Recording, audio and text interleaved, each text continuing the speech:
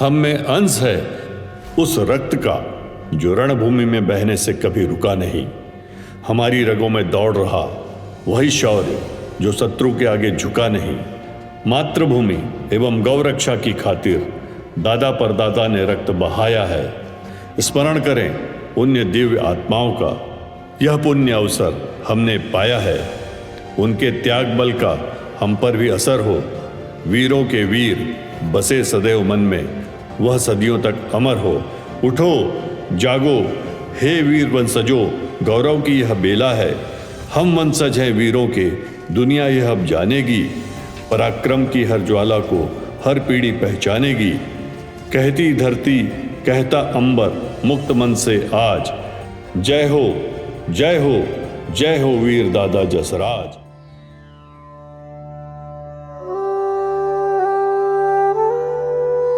जिन पूर्वजों की वजह से आज हमारा अस्तित्व है, यह हमारा दायित्व है कि उनके अस्तित्व को पहचानते, मानते, सम्मान देते हुए उनके विचारों और उनके संस्कारों की हम निश्चल भाव से रक्षा एवं सेवा करें।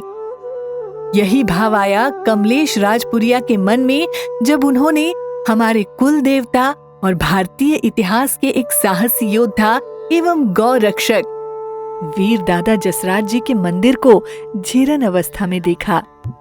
मन में ये प्रश्न उठा कि क्या हम हमारे पूर्वजों को उचित सम्मान नहीं दे सकते? उत्तर था हाँ, बिल्कुल दे सकते हैं। बस इसके लिए एकजुट होकर विचार करना होगा और दृढ़ संकल्प लेकर आगे बढ़ना होगा। 2021 से पहले वीर जसराज दादाजी का मंदिर उपेक्षा का शिकार था, मगर आज वह परिवारों की एकजुट होने, अपने पूर्वजों के प्रति समर्पित होने की एक मिसाल बन चुका है। परिवार के सभी सदस्यों ने मुंबई में एक बैठक की। तय हुआ कि भूमि लेकर एक मंदिर बनाकर अपने पूर्वजों के सम्मान को दोबारा स्थापित किया जाए। वीर जी बापा के सभी वंशज आगे आए। तन मन धन से सभी ने अपना योगदान दिया। 17 फरवरी 2022 को मंदिर का भूमि पूजन हुआ और यह वीर जसराज दादाजी की कृपा ही है कि कमलेश राजपुरिया, मनोज भाई एवं जयंती भाई के मार्गदर्शन एवं देख रेख में बिना रुके मात्र 9 महीने 8 दिन में भव्य और दिव्य मंदिर बनकर तैयार हो गया। दिनांक 23 से 25 नवंबर 2022 को मंदिर में 3 दिवसीय प्राण प्रतिष्ठा का कार्यक्रम संपन्न हुआ। अति उमंग, हर्ष एवं उल्लास के साथ समस्त परिवार के सहयोग से यह स्वर्णिम पल आया।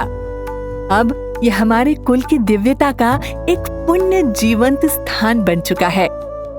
ये मंदिर हमारे पूर्वजों के सम्मान का प्रतीक तो है ही, साथ ही ऐतिहासिक विरासत को संजोने का एक अनूठा प्रयास भी दिखता है। राजपुरिया परिवार के सदस्यों ने जयपुर जाकर प्रतिमा का चयन किया। मनोज भाई शाह के द्वारा जिजुवाड़ा से जहां दादा का मस्तक और धड़ गिरे, वहां से मिट्टी लाई गई।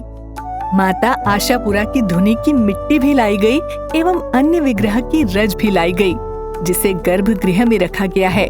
इस वजह से मंदिर में और जीवंतता, ऊर्जा और शांति का एहसास होता है। साथ ही यहाँ अपने पूर्वजों से जुड़ाव अपने आप ही महसूस होने लगता है। ये प्रयास मंदिर बनाने का नहीं, बल्कि संपूर्ण राजपुरिया कुल को एक साथ जोड़ने का अभियान बन गया।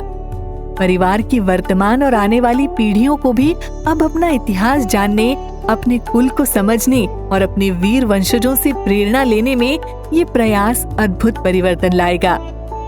ऐसा लगता है मानो वीर दादा जसराज स्वयं चाहते हों कि संपूर्ण परिवार एक साथ आए और अपने गौरवशाली इतिहास को न सिर्फ समझे, बल्कि इसके प्रभाव से समाज को एक नई दिशा भी दे। इसी का परिणाम है कि अब संपूर्ण परिवार व्हाट्सएप ग्रुप के माध्यम से जुड़ा हुआ है। मंदिर की देख रेख से लेकर वहां प्रसाद की व्यवस्था, अपनी सेवा देने की जिम्मेदारियों को सुंदर तरीके से निभा रहा है। और भले ही अलग अलग प्रदेशों, शहरों में रह रहे हों, मगर वीर दादा जसराज जी की छत्र छाया में संपूर्ण कुल एक साथ कंधे से कंधा मिलाकर खड़ा है, जिससे न सिर्फ अपनेपन का भाव परिवार में बढ़ा, बल्कि कुल की शक्ति क्या होती है ये भी महसूस कर सकते हैं, जिस पर हमें सदैव गर्व रहेगा। आज इस पावन अवसर पर वीर दादा जसराज जी का स्मरण करना भी हम सभी के लिए सौभाग्य है। उनका व्यक्तित्व जैसे कोई विशाल आसमान है। भारत भूमि एवं गौ रक्षा के लिए उनका योगदान महान है। वीर दादा जसराज जी आज हमारी धमनियों में विद्यमान हैं। 7वीं से 11वीं शताब्दी ईस्वी तक का काल भारत के लिए सीमावर्ती अराजकता का काल था। इस दौरान विदेशी मुस्लिम आक्रमणकारियों, अरबों और तातार धार्मिक कट्टरपंथियों ने सीमावर्ती क्षेत्रों पर आक्रमण किया, आगजनी, लूटपाट और युद्ध से तबाही मचाई और भारत को अपने अधीन करने का प्रयास किया। ऐसे समय में सीमांत क्षेत्र के विशाल लोहार राज्य में लौह वंशी योद्धा वीर दादा जसराज जी का जन्म हुआ। इस लोहार योद्धा की वीरता देखकर तातार, ईरानी और अफगान मुसलमान भयभीत हो गए। काबुल के शाह जलाल ने जसराज को खत्म करने के लिए एक शाही सभा बुलाई।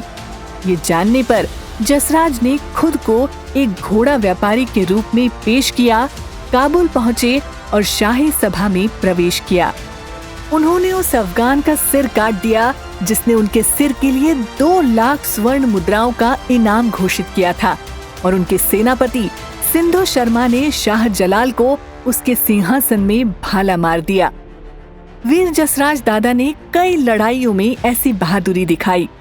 भारत की सीमाओं एवं गौ रक्षा और प्राचीन संस्कृतियों की रक्षा करते हुए वीर जसराज 24 वर्ष की आयु में वीर गति को प्राप्त हुए। आज लोहार क्षेत्र में वीर जसराज और उनके प्रिय घोड़े लालू को समर्पित एक स्मारक की पूजा की जाती है और कुरमू नदी के तट पर उनकी पुण्यतिथि पर एक भव्य मेला लगता है। इस लोहार योद्धा के चमत्कार आज भी विद्यमान हैं। इसके अलावा लोहाना शादियों के दौरान इस वीर योद्धा को याद किया जाता है और सप्तपदी यानी कि 7 वचन से पहले दूल्हा उनके सम्मान में अपने सिर पर बंधी पगड़ी उतारकर एक सफेद पगड़ी बांधता है जिस पर कुमकुम छिड़का जाता है। लोहरानों का विस्तार पंजाब, सिंध, कच्छ में हुआ। बहुत से सदस्य पृथ्वीराज चौहान के साथ सैनिक बनकर भारत की अस्मिता के लिए लड़े। लोहारानों की वीरता का सबसे बड़ा उदाहरण है कि सिकंदर भी भारत में आगे नहीं बढ़ पाया, उसे भी हमारे पूर्वजों ने अपनी वीरता की तलवार के आगे रोक दिया। भारतीय इतिहास में वीर दादा जसराज जी का नाम पूरे सम्मान से लिया जाता है। आज हमारे कुल में वीर दादा जसराज जी को कुल देवता के रूप में पूजा जाता है। धन्य है भारत की भूमि, गौरव समाहित मन में हमारे पुरखों का इस धरती की रक्षा में योगदान है। बायठ, कच्छ, मांडवी में यह पुण्य देव स्थान है। बोलो जय जय वीर जसराज। जसराज दादा सबका, पूरे परिवार का भला करें।